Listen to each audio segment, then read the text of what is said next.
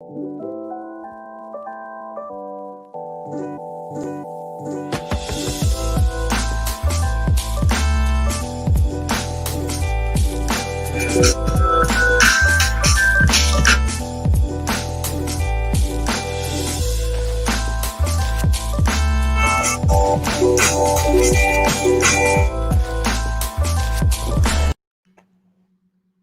family, what's going on, y'all? It's your girl, your cousin, Tanisha Peoples, back on Monday with another TDRS with my brothers, my partners in crime, Mr. Jason B. Allen and Mr. Nehemiah Frank. And today we are joined by Mr. Curtis Valentine, who's one of the leaders of Real Men Teach. How y'all doing today? Good. I'm amazing. How y'all doing? Man, good. I'm surprisingly great for a Monday.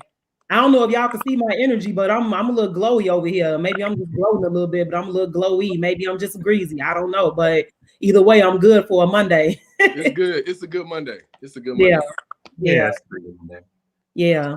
So what happened over the weekend, y'all? We obviously, since we haven't aired since last Monday, we got to dig into the verdict a little bit. The Derek Chauvin verdict, which, you know, honestly, I was surprised that he was found guilty on all counts. And it's, you know, I think a couple of questions surfaced, like, you know, in my opinion, he's probably the sacrificial lamb of, you know, police reform and police brutality. But I'm just kind of anxious to see how far this will go as far as what they are talking about in terms of justice for the Black community. Because in my eyes, that, you know, that wasn't justice, it was accountability.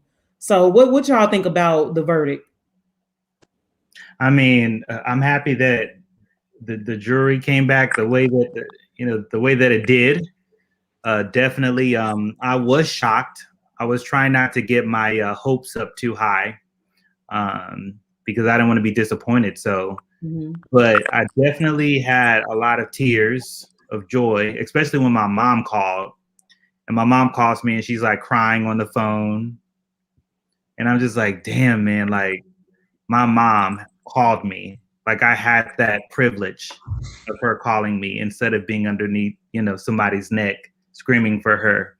So, you know, I'm really thankful. I'm thankful that they made the right decision. But, you know, this also clouds the judgment of so many, you know, white folks who think they're woke or white folks who think that this is justice, because this is one person that has been found guilty on all charges. And there are so many, you know, more who should have been found guilty on our charges. So yes, that's where I'm at right now. Yeah, I completely agree. You know, when I talk to my students about it, I was actually teaching when it was going on, and, you know, we were going through the common sense part of it. You know, that's one thing I love about Gen Z is that they're like, listen, we need to do what makes sense. This man murdered someone. Why are we like all up in arms? And I had explained to them, well, this doesn't normally happen. So families don't normally see this level of accountability, which for many people, it is justice because we haven't seen anything like this before. But for young teenagers, they're like, but you all are teaching us that if we do something wrong, we should be held accountable. This man did something wrong. He should be held accountable. And where we should celebrate this as a victory, this should be a norm, not a happenstance. And so I definitely appreciate their viewpoint on we should be seeing more of this locally, you know, and across our nation, and, you know, every place that this is happening. Someone else just got shot this morning. You know, I saw it on the news. So that's another lesson tomorrow of, okay, yeah, we just saw, you know, the news about this, right? And now, you know, 2, 3, 4, 5, 6, 7 people have been shot since then. That part. Yeah, I mean, I was going to say, to me, I mean, long before the verdict came down, to me, it was a lose-lose. And I mean, I don't want to sound too defeatist, but, you know, if he got off, obviously it would have been a loss. But even if he would have been found, even if he was found guilty, this is prior to this, I think it's to your point, Tanisha, around accountability versus justice. Like white supremacy required Black Americans to fight for basic rights. This was so basic. This is like, you know, someone did something wrong. It was on camera. We all saw it, but yet and still, we're going to go through 2 months a trial, and we're gonna have discussions about whether he's guilty or innocent. We're just like, that seemed pretty basic to me. But we have to fight just to get to zero, and we have to start off in a hole. And so this idea that we fight for that, to me, it was lose-lose. I mean, he was guilty. I think we all knew it, but the fact that we had to fight for it, and then we're supposed to be happy with what you get. Like, you know what? Like, what's wrong? Why aren't you happy with what you got? Well, damn, like, why we got to work so hard just for basic and to be distracted from moving forward? Because oftentimes when you're just trying to get to zero, you trying to make progress, and then they sort of throw you a bone. It was frustrating in a lot of ways. But I think in a lot of ways, this talks to this idea with having conversations around narratives is that, they painted my man Floyd as, he's a big guy, big guys. And also, his complexion, he's a little darker than other guys. So, just drug addict. Yes, as sort of justification. And there were people who were like just off the merit of that and the narratives around, big black men and strength and brute strength. And it's like superhuman that he had to do it. If he didn't do it, who knows what would have happened? Hide your babies, hide the kids, and so all this played out to me, and it's just unfortunate. But to me, I saw the verdict. I didn't cheer, I didn't call nobody. I was like, can we just like get the basic? You know what? I want to hop in there, and I hear you 100%, brother. But let me tell y'all right now, I took my damn win. I took it. I saw that little girl, the little girl that got shot. I said, God damn it, I'm going to deal with that tomorrow. Because sitting inside a courtroom in 2017, to see Betty Shelby get away with murder after murdering, my friend's brother and, a community member, Terrence Crutcher, caught on camera, hands up in the air. There was a wallet on the dashboard in his car. There were no guns found. Shot cold blood. The helicopter, the person that was flying the helicopter said, "Whoa, look down there. That dude looks like a really big bad dude." Right? So when you said, big, I was like, damn, that sounds very familiar to me. But to be in that courtroom and just to be denied that, it took me out. Like, it literally changed my entire community. And so I was like, man, after seeing year after year, month after month, trial after trial, where, Black people are being denied basic human rights, I had to take that win. I had to take it. Can I jump in, y'all? Because I think one of the things that I just want to share how I felt that day, right? Because when I heard that, actually, I first got the news that the verdict had been delivered or came down from Nakima Levy Armstrong, sis, who's, powerful Black sister. She's been on the show doing the work since George Floyd was murdered. And I was in a meeting and my stomach dropped and I could not focus in that meeting. Like, I was done for the day. And it wasn't about the verdict itself, whichever, way it went.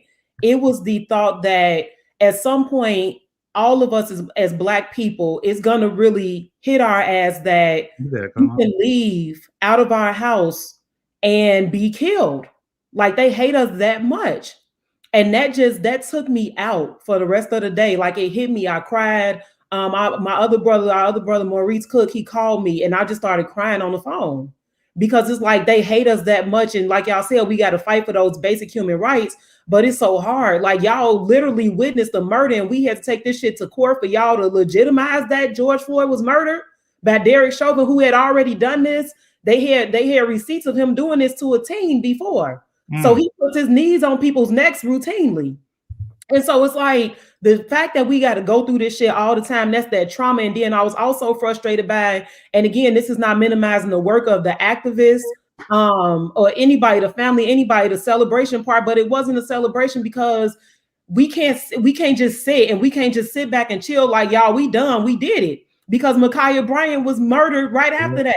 And then people on social media, it really frustrated me. I'm going to say this shit too. It really frustrated me because I saw so many people, particularly Black men on there, was saying, well, she did have a knife.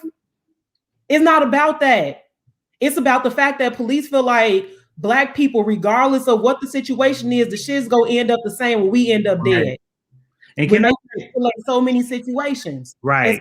So we cannot chill. We cannot be divisive in this moment. The whole message is that Black lives are supposed to matter, regardless of what the perceivable threat is, or whatever. Because if y'all can de-escalate some shit with a crazy little white boy, y'all can do the same with a black man or a black woman.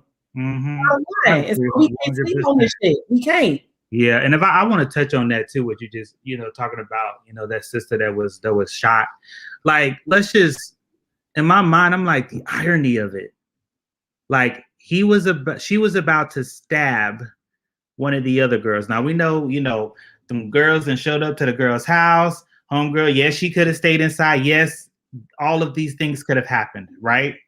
But at that moment, she was about to stab that other girl. The police officer shoots 4 times. And so if his job is to protect, right, then maybe he did his job, if that's according to their policies, right, to their police policies, which is why we need police reform. But also what the irony is if she was trying to take that girl's life, he took her life. Somebody still died. Somebody, you know what I'm saying? Like, it just doesn't make any damn sense to me. It's absolutely ridiculous how jacked up this system is. It's disheartening on every end because, we get back to the narrative of how these stories are being told. And, yes, we know that the young girl, because she isn't a woman, that was one of the things that a lot of the female activists in the Atlanta Student Coalition were speaking out about. This isn't a woman. This is a young girl. This is a teenager. Yeah. And so, teenagers are in crisis. And, I had one of my middle school students ask me, Mr. Allen, how many fights have you had to break up and you shot someone? You had to pick up a broom and hit somebody? You had to bring harm to children that were having a dispute that maybe did not take the best route, because adults do that, right? That's good. And so, when I think about the importance of us having these conversations around not just how we're telling the story, but how we communicate what we want to see changed. And that is important. Like, we have to be able to navigate through situations where when people are in crisis, the first thing that we should not do is go for a weapon. That's right. And if they are bringing, in this situation with, the young lady, where was the taser at? Like, why are we investing all these millions of dollars in tasers and, other options that you all are not even using? The first thing is a culture, right, that we have to change. And so that's something that I want to, remind people of, is that as we are working to change the narrative, we also have to make sure that we are changing the approaches that we use in these situations. So let's get into the conversation, y'all, because what we do want to talk about is the impact of trauma on the Black community and how we triumph stories and humanize Black lives. Because again, we talk about how, these victims end up victims. And the first thing the media wants to do, or, white supremacy wants to do, is criminalize them, right? And in the case of George Floyd, they're not talking about how he was a father and he was a family man, a brother, and all that stuff. And so you got to have the family constantly putting those narratives out to combat these negative images that the media wants to, portray Black people as. And so, and also the fact that one of the things that Nancy Pelosi said, and she, I guess she slipped up with it and came back and corrected it. She was like, thank you, George Floyd, for your sacrifice. These people are not martyrs for the movement. We're just Black people trying to live. Mm-hmm. So it's like, how do we tell those stories about nobody? I say all the time, we weren't sitting in 6th grade talking about, I want to be an activist. Like, we were thrust into this life because we just trying to live. And so how do we humanize and tell the stories about Black people that have been painted as victims and martyrs as just regular people trying to live, that, are, subject to brutalization in the system that's treated us unfair for 102 years? How do we change these narratives and tell these stories so that there's more healing, there's more humanizing, and there's also more just unity and seeing people for people? How do we do that? I wanted to say, I think about the videos of these killings that kind of go viral. If you were at my age, the first one in my generation was Rodney King. And I saw Rodney King, and that video went viral. And after I got older and I started doing some other history, that I realized what we were really seeing was a court-sanctioned, government-sanctioned lynching. Right. A public execution of a Black person with the same intent that lynchings were years ago, which is we must publicly demonstrate to others that if you fall out of line, if you do anything outside of what we deem is appropriate for someone of your race, we will kill you. We will make it a public event. We will have a party. We will sell pictures. We will take pictures. We will take souvenirs. And as a father, I come to this, people say, Curtis, did your kids see the video? I said, absolutely not. How do you talk to them about that? And this is a conversation I think as parents, educators, we have to have a clear conversation about this trauma and how we present it to children, but also this idea of lynchings and this sort of this terrorism, this idea that we want to inflict fear on a race so that we don't have to put up artificial barriers. They will know not to come to these neighborhoods. They will know how to act a certain way, because if they don't, then this will happen. And we see accountability. We see a police officer, get found guilty. But it doesn't really erase the trauma and the public lynching and the terrorism that happens. So if you go to countries around the world where you do have daily terrorism, and you say, all right, the bomber was found and he's going to jail, I'm still not going anywhere near that community. I'm not going anywhere to that bomb site. The trauma is unconscious. I can't just erase it because someone's found guilty from it.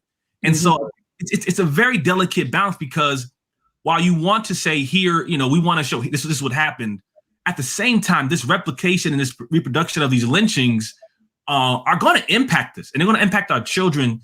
Again, I just had the Rodney King, and I was in middle school. I didn't really see another one until probably I was an adult. But our children had to see it on a daily basis. And so what does that mean for, police reform? If children can't trust police to tell them, I saw something, or to confide in them, then they have to see their job is, it's harder for them to do their job. Yeah. But the average student doesn't trust police, not because of the police they see in front of you, because they may not be the ones who are perpetrating this, but just how they're projected into popular culture. And this is based on a historical idea of lynchings used as terrorism, and I'm seeing it every day. I gotta ask y'all a question now, because I've been asked, do you call the police if you see two Black folks fighting in the street? Years ago I probably would have, but now I don't. I would not call the police. Yeah. I just would not, because I wouldn't want to be, I wouldn't want to have that guilt on me if somebody were to get shot or brutalized by a police officer. So what about y'all? Like, do y'all feel comfortable calling the police in your city if something were to go down? And this is for the audience too. Like, I want to know what everybody thinks. That's a good question. I think it's a good question. Let me jump, because I see Zakia in the chat, and Zakia and Chioma were having this conversation a couple of weeks ago, because our sister Chioma in DC, her son is special needs, and he was trying to ride the school bus, and he took his mask off, and basically there was this whole blow up over whether he was supposed to be on the bus, why he took his mask off, all this stuff, and they ended up calling the police on him. And nowadays, when you call the police on a Black person, that's almost calling for them to be murdered, potentially. And it's a delicate balance. I personally wouldn't do it, because I'm like, hopefully they diffuse the situation if it gets too big. And back in the day, if elders saw kids on the block fighting or whatever the case may be, they'll break it up. Nowadays, it's a little different, because everybody got a goddamn gun somehow. So I think it's a case by case basis. Because honestly, last night somebody was busting on the block west of me, and I called the police. Because it's like, y'all out here shooting. I don't want my shit to get shot up, so I'm gonna call the police. But if it's somebody out there fighting, it's like, especially young kids, because there's also this conversation. I've heard a lot of teachers say, man, I've de-escalated plenty of fights within the classroom and within the school. I didn't use no taser. I didn't use no gun. It was just me intervening. Why can't the police do the same thing? And so, no, because we can't trust the police to handle that as a public safety issue and turn it into the murder of a Black person. We can't trust it these days. So I wouldn't do it. I mean, go ahead, Jay. I think of it from this perspective that how are we teaching our young people to protect our communities? And we don't see that. This goes back to the storytelling. Like, we only see Black people being attacked. We only see Black people in a certain lens.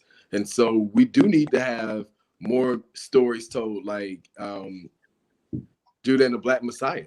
Like, we need to see Black men, Black women standing for their families, standing for their communities. We can't continue also to glorify violence. And so as a teacher, as a former district administrator and school administrator that has had to handle discipline, I don't agree with the fact that teachers do have to break up fights. We have to change the narrative of how we settle disputes, time and space, like, you know, problem solving. These are skills that our youth need because it's not being reinforced. And so I think this is an important part of the conversation because they're doing what they see. They don't just see it now at home, but they see it in the community, and they see it on every billboard and in every Netflix movie and every sitcom and every music video and every lyric that's, you know, put out there. They're seeing it and they're hearing it everywhere. So how do we come back in and say, this is how we protect Black lives? And we have to do, that's the hard conversation that we don't want to have. We have to do the work to heal and protect us first before we dare demand a country that has never done it to do it. That's so good, Jason. Respect, love Black lives, Jason. Like, I think that's the first conversation, is somehow we've gotten away from the love that prompts you to immediately whoop somebody's ass. It's like, this is somebody that looks like you, somebody that's from the same neighborhood, community as you. This is somebody that you should love. And I would say that society and media particularly have taught us to, you know, that disrespect is okay. Yeah. And undervalue lives. So I think that's, you know, we got to talk about that love piece first and then the protection. Because if you love somebody, you go protect them all day. And can we just highlight something that, like, so Jason, you just said something that is so important. You pretty much said that we are not doing our jobs as adults to mitigate, you know, the possibility of physical violence breaking out in a damn classroom. And that's what's evident. That's what's happening. It happens in white people's schools. It happens in Black people's schools. Like, we're not teaching, you know, emotional intelligence. We're not teaching kids how to, you know, control their emotions. That should be a whole damn class, right? Like, how to maintain self-control when somebody pisses you off, because clearly it's going to happen at some point in your life, you know. That's really good, Jason. I'm happy that you brought that up. You know, I'm going to kick it over to Curtis too. Oh, go ahead. I was going to say this, Curtis, that, you know, even with these sweatshirts that we have on, right, Real Men Teach, a lot of public schools are leaning to Black men of color to come in and handle discipline. But we're still getting it wrong. We have defunded the arts, music, writing, you know, band programs where, you know, young Black and brown kids can really express how they're feeling about what's happening. But we didn't defund police in schools. And so now we have created a narrative where we're going to bring in Black men to come in and police these kids because we want it to be their responsibility. And so that's what I wanted to kick over to Curtis, how, you know, we've changed the narrative of Black men being superheroes, but now public schools are using us in a sense to be police for our own children in schools. Yeah, I mean, when I started Real Men Teach, it's the idea of how do we define what it means to be a teacher for ourselves and not have others define it for us. I mean, I'm a former middle school language arts teacher. You know, when I applied, they were like, "Oh my gosh, a Black male teacher. You know, please come in." I'll just tell you one thing. I don't think the environment that I walked into was one that was going to, you know, sustain me. I didn't have the community I needed. I think, to your point, you're asked to do a lot more than just teach. And the onus is put on you for discipline, and that's not a strong retention strategy. I think, you know, what we've been able to do with Real Men Teach and by highlighting brothers like you and others is to say we are going to build an ecosystem, a brotherhood, a community around our male educators, but more importantly, around the community in the school in which they teach in. And so when we highlight brothers every day, right? We started with Real Men Teach 100. and we just couldn't stop. And now we're doing Real Men Teach 365, and we highlight a man every single day. Some are in the classroom, some are in the community, but those in the community are saying, I stand with Jason. I stand with him. I stand with these educated. And you need someone to come in to not necessarily to defray a fight, but to establish a different image of what it means to be a Black man. I'm here to stand in the gap with you. It's one thing to have the handshakes on the first day of school, and I appreciate that. We have the gauntlet. All that's good on the first day. But what happens on the next day and the day after that? The idea about the negative images, they're so consistent. Yes. On a minute, hourly basis. Our response has to be just as consistent. It has to be just as daily. And it ain't sexy to do it every day because, we started off 100 minutes like, oh, this dude gonna stop eventually. Nah, Kurt, this 100, 95. I'm like, we passed 100, and Jason, I had to look back. I passed 100 without even thinking about it. I had to stop counting, which is what I wanted. I wanted to be where it's so normalized to see men, one, being their authentic self. And so this also idea of when I become educated, I have to be a caricature of what you think I should be. And how that impacts me as an educator. And then the students can tell. We know students have the best, barometer of whether you're being yourself or whether you're okay, even before you do sometimes. And so we have to highlight brothers who are doing the work, but also create that ecosystem for our brothers, but also for the schools, for the community, to hold those leaders accountable for, no, Jason's not there to break up fights. Curtis is not there just to do lunch duty. You don't send the so-called big bad kid to his classroom when he can't sit in your classroom because you don't have the training in order to ensure that he get what he needs. It can't be just an onus on Black male teachers or Black men. It has to be an entire ecosystem, but also daily, consistent, because the narratives are also consistent. That's good. So first of all, y'all, as always, I gotta do my little public service announcements. Y'all share this broadcast out, and in the chat, tell us what y'all think about this conversation, because it is a very important conversation. And as always, we're talking about building community, and particularly building community within education, a system that has honestly discouraged the building of community and Black kids, and discouraged the nurturing and cultivating of their talents and social emotional growth. And so it's important that we have these conversations, because if it's not happening in the school system, it's on us to build this community and to build these leaders and to build these young Black people that are going to love on each other, when they become adults. So y'all share this broadcast and sound off in the chat. So I want to get into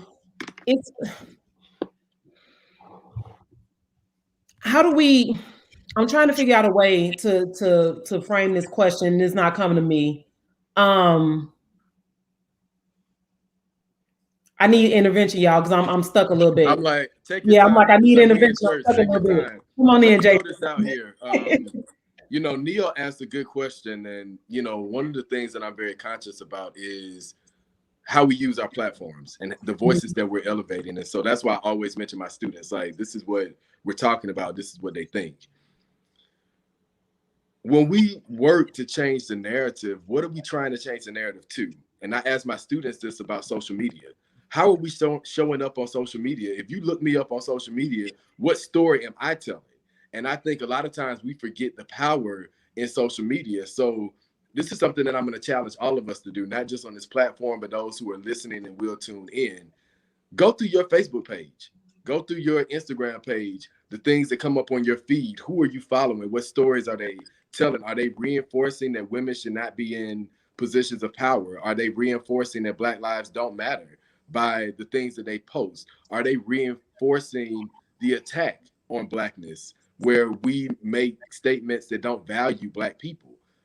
Whether these things seem small and we'll say, oh, it's freedom of speech, we also have to be mindful of the things that we share, the things that we say, what we're posting, the representation that we're putting out there. And so I think that that's a very important part of this conversation around changing the narrative and focusing on the triumph and not just the trauma of Blackness, because we do a lot of great things. And I think that Black people don't get enough shine for the things that not just have been contributed to this world, but what we're doing right now that makes you know, the great parts of our lives that brings that joy. I don't think we see enough of that. I don't think that we celebrate that enough either.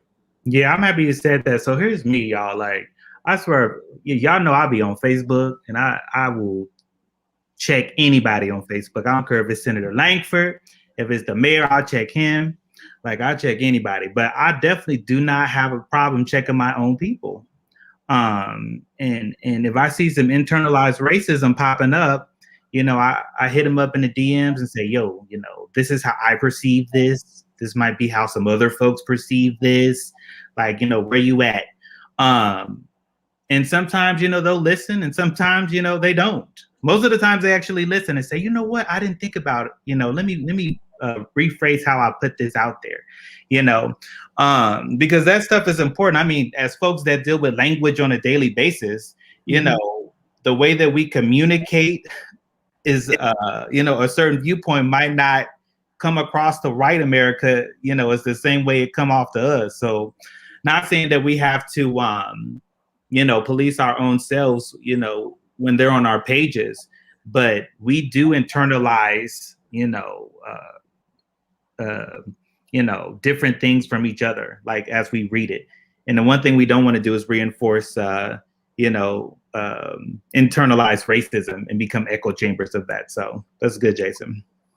I was going to say, I mean, brand, you know, to Jason's point, if someone goes to your social media page, Instagram, what they're going to walk away with is whatever your brand is. That's right. We're all a brand, whether you like it or not. You could say, I'm not a brand, but you know, it is your brand.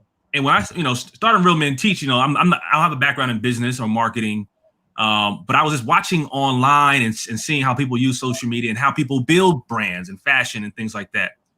And the one thing I would see oftentimes is people would, you know, you have someone wearing your weird garments and you're posing and they're a certain race, gender, or, you know, and so you could kind of build your brand around who you choose to represent your brand. But what I didn't see was the sort of the story, the background for the person who's wearing. And so when I started profiling, I said, you know what? I want their name. I want who they are. Are they a father or they're a mentor? What the profession is? Are they a minister? We have to tell our entire story, because what I'm afraid with, particularly around this movement around, you know, DEI and sort of diversity in teaching, is that I have to ask the question: do you want a black male teacher or do you want Curtis Valentine? Because the difference, like, do you want a black male teacher or do you want Jason B. Allen? Because Jason B. Allen is going to give you everything that he's got from this point on. And you have to respect that. But if you just want me to be, to your point earlier, Jason, around the black man, we are not going to be able to keep these brothers. And then you can't try to recruit me as this sort of, you know, Uncle Sam go to war. There's only 2% of you all. We need you all. And if you don't do it, then the world's going to come to an end. That's not attractive to me. It has to be bigger than that. Right. And the brand has to be bigger than that. The idea that do you know who I am? Like, do you care who I am? Do you care about the fullness that I bring? Because if not, I think we'll still have these and when we don't control those narratives, you do get, you know, sort of basic black male, you know, fill in the blank, and we don't care about your story. We don't care where you came from. We don't care about all that. We need to check a box, and we need representation. But are we, as we're building brands, as we're talking about social media, as we're talking about these narratives, are we comfortable telling the full story? And if we don't like that part of your story, how are we comfortable with that as well? Oh, we're everything this, but I don't like your sexual orientation. Or all these things, but I don't like that you were previously incarcerated. Or we like this, but I don't like, hold up, bro. Like, you can't have it either way. You got to embrace me for who I am. And I think there's a part of us that I think are opening up to that. But I think we still have a long way to go as it relates to this, how individually we push forward the brand, but also how we give space for others to be their authentic self. That's good. I wholeheartedly agree. And that's why when I put, you know, my People's Power quotes up every day, I try to balance, right? Because it's on the one hand, you don't want people to have this idea that everything's all good and you just putting out these, you know, you planting roses every day. On the other hand, it's like, we got to know that there's hope. you know, and there are people that fought this battle, and there are people that surviving and, you know, trying to maintain their sanity. And so that branding is definitely important. How do we teach kids? Because I think that one of the things, and this is something that I learned as an adult, I'm just now finding my voice at 35 years old. And I think, you know, my fellowship in the Surge Institute for that, because the voices of Black people have been suppressed, and that ultimately suppresses your authenticity and your advocacy, your self-advocacy.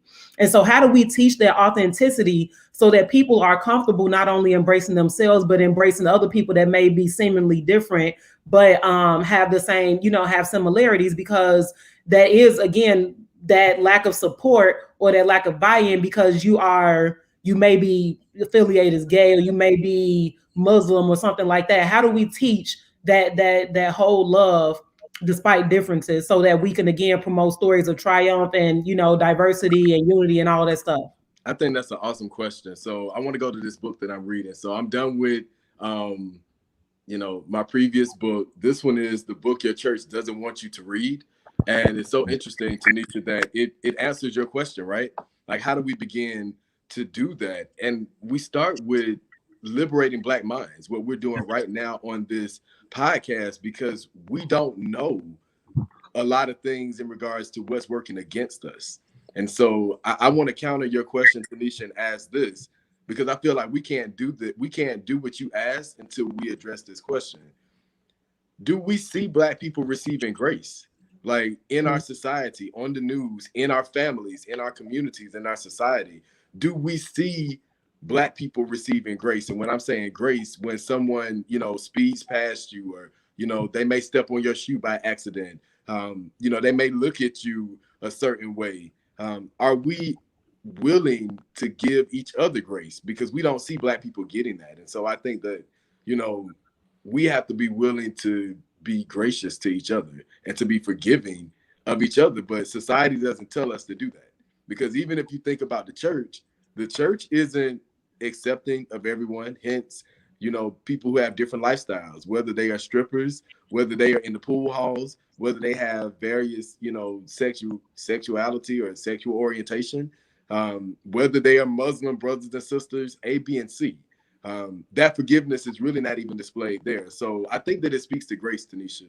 And I think that we don't see enough of that in how we see ourselves in the stories that are told about us, or the stories of who we are. That's good. Like, you know, there's a lot of distractions, right? And I'm happy that you brought up, you know, sexual orientation, Curtis. So whenever I go into my classroom, or when I used to teach full time, I leave everything at the door, first of all, right? I leave it at the door. I am Nehemiah. Frank, you know, the unapologetic, you know, Black history teacher, or history teacher, or math teacher. Like, I taught all the subjects, and I brought that authenticity to the classroom too. And so I don't even understand why some Black parents would be, you know, concerned about my sexual orientation. Yet there were like one or two of them, and it even rubbed off on some of the kids, you know. And it's like, damn, like, we ain't here for this. We're here to teach fractions.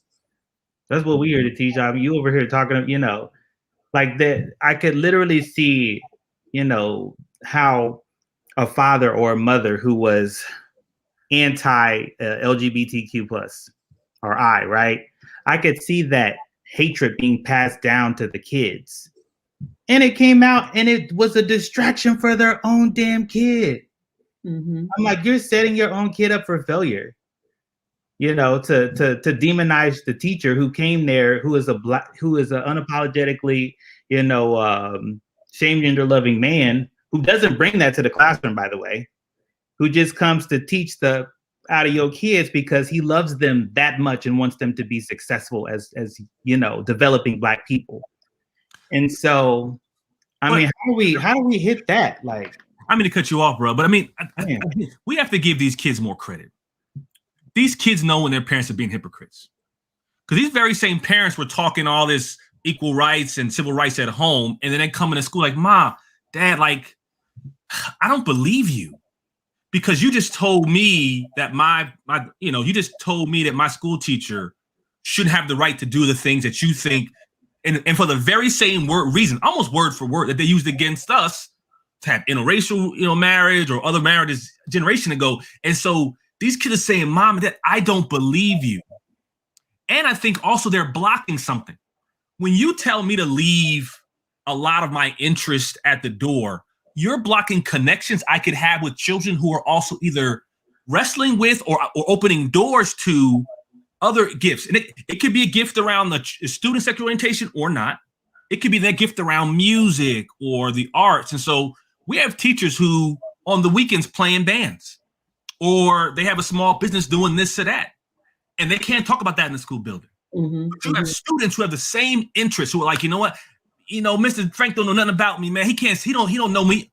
Do you know you, Mr. Frank, have the same interests on the week? He does this and you do that, but y'all will never the two will meet, because we have to again put on this blanket black male, again very vanilla black male, if I can use it sort of the terminology view of no. I don't want to hear nothing about your religion. I don't hear nothing about that you're fasting during Ramadan. I don't want nothing about that. Wow. You're blocking the learning. You're blocking the bridges. You're blocking these children who, if we all go into sessions around counseling and therapy, you'll find 30 and 40-year-old men and women saying, when I was 10, when I was 11, and it all starts around this time when we're trying to get to know ourselves, and parents block stuff. And guess what? Whether you pay me now or you're going to pay me later, we're going to have to address this stuff. And when you block opportunities for learning and growth at a very young age, parents saying, what you're doing is you're punting. You deal with it after you're out my house. When you're not in a controlled space, when you're not comforted, when you're not affirmed, this is going to happen. There's some really, really bad. And then you're going to marry and connect with someone who also the same stuff. And we're wondering why we're going through this stuff as adults and we can't connect and we can't build strong relationships. Come on. Like this to me, this doesn't, it adds up so well, but yet we have to, again, this grace that my man Jason's talking about, I should start at home. Let's just start it here. Let's just start the grace with your daughter, your brother, your auntie, your grandmother, and we all come from families where if we all just laid it out, and this ain't the Olympics of who had it worse, but we all have those stories. But at some point in time, someone say, you know what? It ends with me. It ends with me. We can't pass this on. I give grace because it's too much of a burden to bear, and we can't give it to the babies. Teachers, educators, we can't give it to the babies. We have to take that on. But unfortunately, we're blocking opportunities, and it hurts.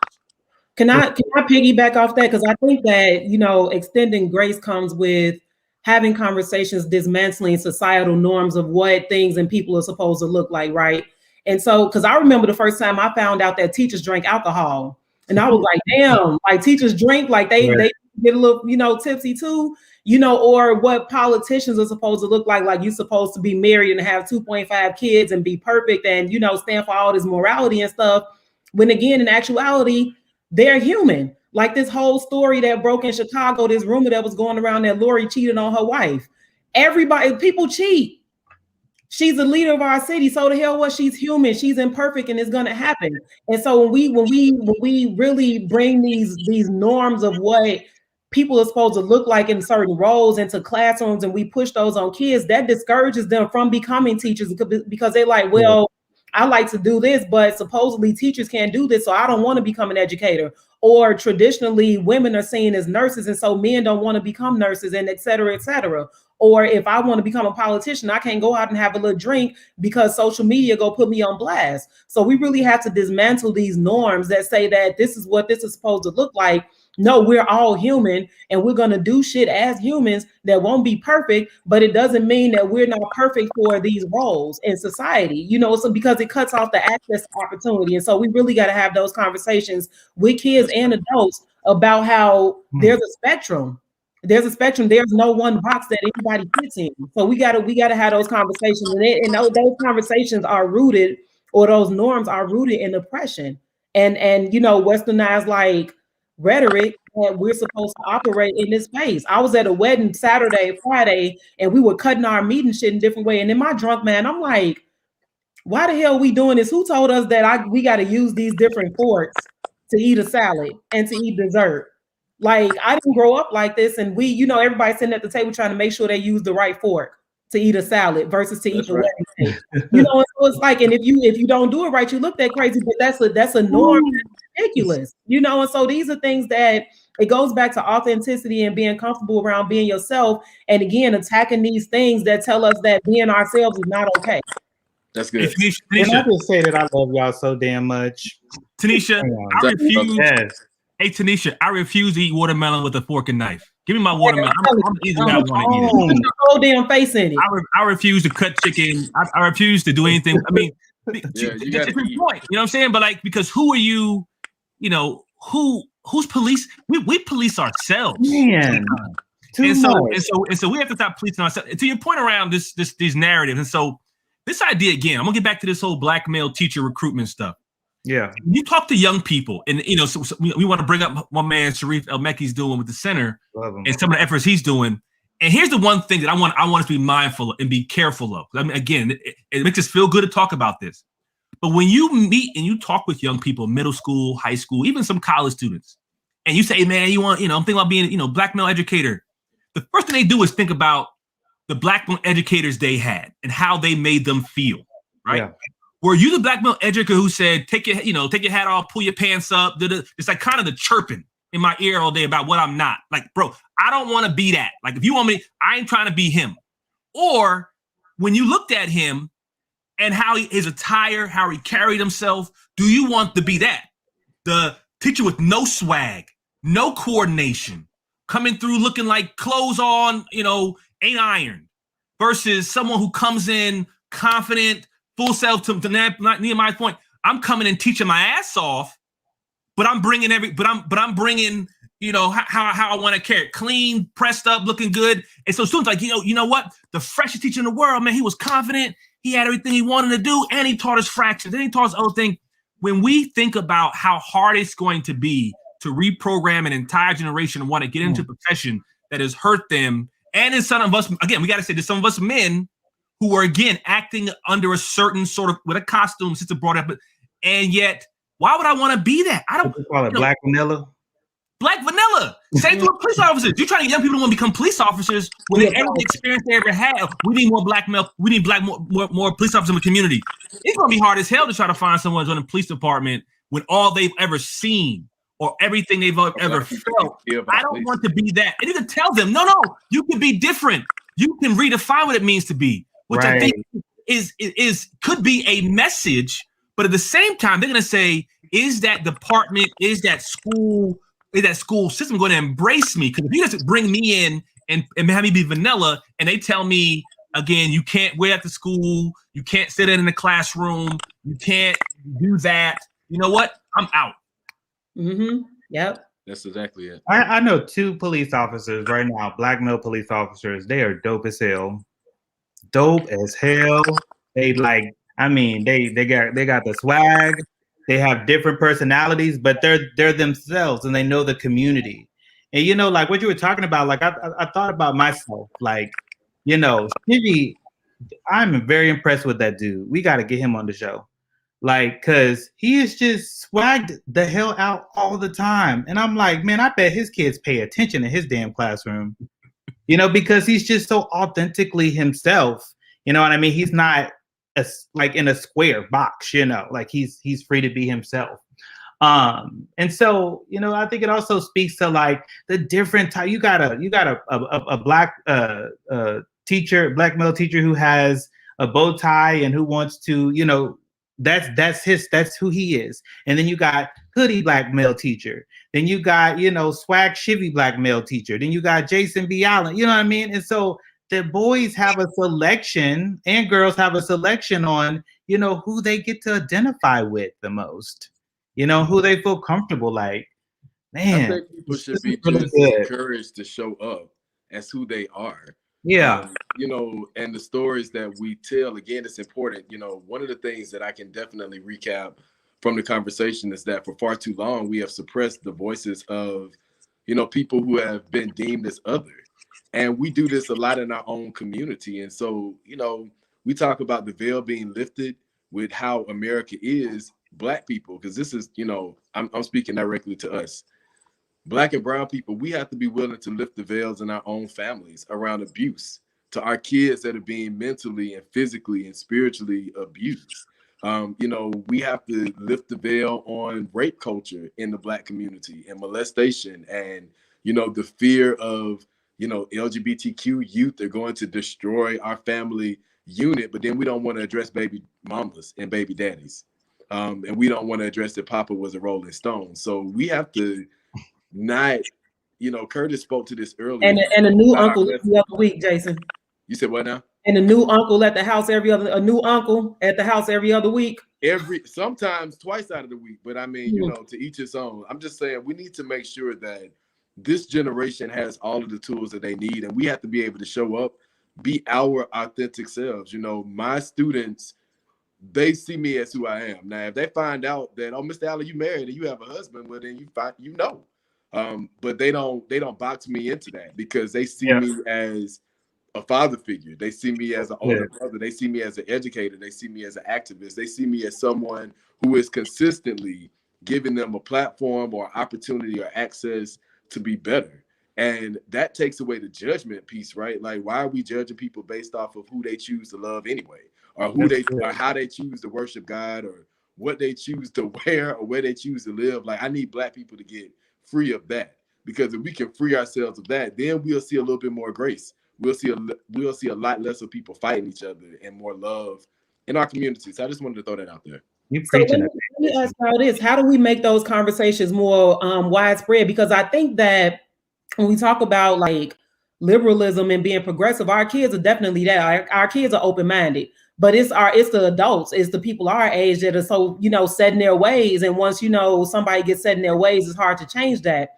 And while again, our kids are very open-minded and, you know, leaders already, they still see us as mentors, and we got to lead by example. And so how do we have those greater conversations amongst adults so that they can be, you know, better, we can be better examples for our kids? I think we have to be willing to challenge the notion, right? Like, you know, I think I don't like labels, but I know that that's how people are identified, right? So, you know, as a same sex loving male, it's important that my students still hear me talk about, it's important to have a family. You should be able to love who you want to love. I want you to be a good father to your children, regardless if you're married to a male or a female, or in between.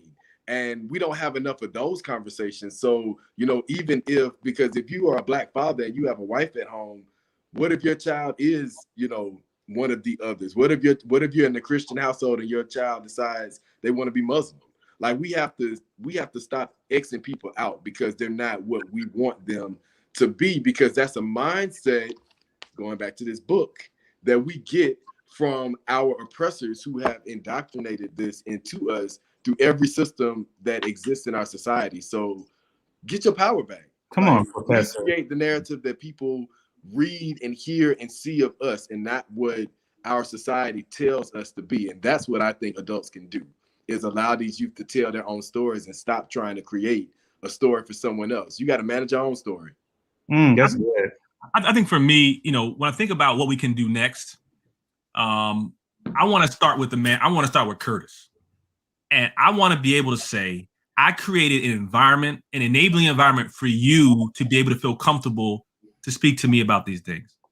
I think oftentimes we put the onus on the other person, being like, why didn't you come to me? Why didn't you say something? Mm-hmm. Hold on, bro. Like, you look at, do you know what you present to folks? And so we all have to kind of take our own personal inventory about what you're putting out into the world. It's just through what you post, or just how you show up in the space, to say, am I, Curtis Valentine, creating a space for someone else to be able to say, hey, Curtis, I want to let you know this, and that. And be able to say, you know what, for one, I appreciate you, you telling me that. And two, have a dialogue about it, with where it goes. But too many of us sort of put the onus on other groups to sort of speak up when we ourselves have not done the work to present the space. And so I'm always about first Curtis, because I mean, my therapist will tell me, hey, what are you doing? It ain't about what everybody else doing. It ain't about, they need to do better. Curtis, bro, like the body language, unspoken things, what you post, what you like, what you share, All these things, what you don't share. Again, kids could tell. Don't tell me, oh, Dad, you believe everyone should be able to get married, but when this happened, you were like, no, I'm not going to share that. I heard you say it. I heard you tell Mom you ain't going to share it. Why not? Yeah, them kids were paying attention. You said it was okay, but yeah, well, no, I don't want to be affiliated with it. Well, Dad, now, again, I don't believe you. I'm questioning you, Pop. And our kids are questioning us, not even verbally. They're saying, I don't believe you when you say these things and what you celebrate. Oh, the commercial comes on with the same sex a couple, and you turn it, or you say, no, we can't watch. Hold on, Dad, you're saying something over here, but your actions over here are saying something totally different. And so when I'm coming to that space, Dad, if I'm do you think I'm going to come to you and tell you what's going on, how I'm feeling? Right. And you get mad at me because I didn't come to you? Come on, Dad. Are you doing your own inventory, Dad, to say, you know what? You're right. I did not create an environment. And I didn't create a situation where you felt comfortable. And not only in sexual orientation, it's anything. It's religion. It's a lot of other things that I think as adults, as parents, as brothers and sisters, we have to do the work first before we can expect others to be more confiding in us. And can I jump in too and just own that? Like, we got to be real about the fact that a lot of us are hurt. We endure shit as young people that we bury deep down inside, that we haven't unpacked. We don't know how to unpack, and everybody telling us to pray. And there's a stigma in the Black community about therapy and all that stuff. We got 400 years of oppression already. That's the foundation of a lot of our spirits, on top of everything that we've endured in our lifetimes, and we haven't gotten over that as adults. And so that stuff we're projecting on our kids, and we can't even have those open and honest conversations about be who you are, because we don't know who we are our damn selves. And so I think that to make those conversations more widespread, we need to say, hey, sis, hey, bruh, you need some help.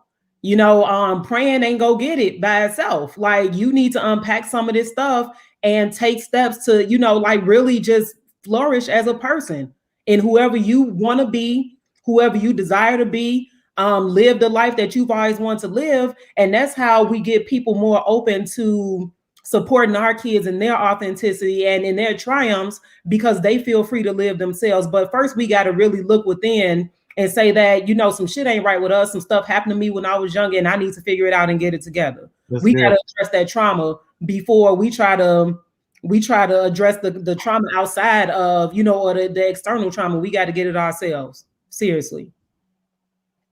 Well, we about to go ahead. No, I was gonna say, did anybody else want to get in on that? No, I was just saying I love this. I want to say one thing before I know we're wrapping up. There's a name that came to me. I knew I was gonna be on a show with y'all, and sometimes God comes to me and a name just comes up, and I wanted to invoke Claudette Colvin. Some people know who Claudette Colvin is. So Claudette Colvin, a year before Rosa Parks sat on the bus, and we could kind of it was a campaign, so I think it was orchestrated. It was a sister, 15-year-old sister, darker skin. I think there was rumor that she was pregnant, and it's like there that she might have been pregnant by a married man. But she sat down. There was a case that came up, and the leadership in Montgomery didn't take it up, and they eventually waited, and they got Rosa Parks, and the rest is history. But my point is, as we think about right now, leaders, who we elevate, particularly as it relates to trying to address humanity. And so you're thinking, well, let's look back. Was Colvin's life any less valuable than Rosa's? You better believe it. Was there, or Curtis? Well, no, there was a strategy and a process. And okay, I'm a policy guy, and I can see that happening. But again, what did the kids see? What did the community see when you said, well, no, not her life, her life?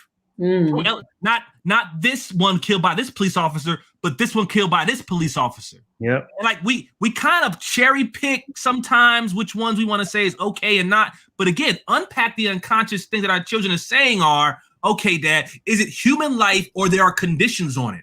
Certain race, certain gender, and this idea around even how this idea, do all Black lives matter? Right? So I'm in the DC metro area, and we had a rash of a lot of transgender killings, and it was the idea like, where are we standing up for the community, because we can't put conditions on which Black lives matter. Come on. All Black lives have to matter. And so with the Claudette Colvin and the Rosa Parks, it's a lot more to that, because again, our kids right now are saying, what leaders do we elevate? Even in our pain, even in the police brutality, there are certain police killings we elevate over than others. Yeah. And that's going to come through to our children and going to be put out. And a lot of it's going to come back to us. I think that's just part. Claudette Colvin came to mind, and it's so relevant today. So listen, before we go, I just want to say, Curtis, I'm going to need you to write a book, and I need you to name the book Check Your Inventory. All right? I can see it on the New York Times bestseller. That's good. That's good. Let me before we head out, let me just give y'all space to say y'all closing thoughts, pose questions, actions. Jason always got an action and a book for us. Let's get it right now. I do have an action, and I'm going to actually do a follow-up on my personal blog for this show this week, because I want to ask this question, and I did this with my students, and we're going to be getting into this as we close out the school year. But should we consider banning sites that promote Black violence, including World Star, where you can go and see anybody fight, whether it's in the airport, at the McDonald's, at the YMCA? Should we be working to ban these sites that are promoting violence against Blacks, or that are promoting Blacks in a violent way? And so that's my call to action. I want people to think on that. Really go to these sites, look at what images they're putting out about us and how it reinforces the need for, Republicans to say, we don't need gun safety, we need guns, because look at how they're acting. And does that play a pivotal role in the stories that are told about us? And as always, y'all, check out Atlanta. We got some amazing things going on. Our students are going to be closing out the school year with the conversation on police brutality and how do we really deal with it. And we have some elected officials and police officers coming to the table, as well as a crisis manager, to help us with different strategies that can be used with police. So I just wanted to shout that out. And again, shout out to the Atlanta student leaders. All right. Anybody else got any closing thoughts? I'll say this. Again, thank y'all so much for inviting me on. I've been a big fan. And so when I got the invite, I said, I couldn't turn it down. I was actually interviewed recently by a sister who's doing her final senior thesis on Real Men Teach. And she interviewed me and she says, what do you want people to take away from this Real Men Teach? And I think she thought I was going to talk about teaching and about male educators. And I said, no. I said, what I want someone to take away from what I'm doing is start something. Mm-hmm. Just start something. Real Men Teach was in my head for the last 8 years. And I just had the courage and the energy to do it. Everyone who's listened in, who's on this call, wants to do something. It's in their mind. They heard something today and say, you know what, this needs to be done. And so my message to you is start something, whether it's through a tweet, whether it's through going out to trademark a term, starting a Facebook group, starting a Twitter handle, whatever you have on your heart to do, start something, because it begins with just one step. Man, that's a word, Curtis. You actually preaching to me, because I was thinking that this morning. I can help everybody else. I can come off the dome and give you a strategy, but when it comes to my own stuff, I'm overthinking. I'm trying to perfect it, and all that good stuff. But like Curtis said, just go, just take it and run with it. Neo, did you want to get in before we head out? Nah, I think y'all they pretty much preached today. I'm good.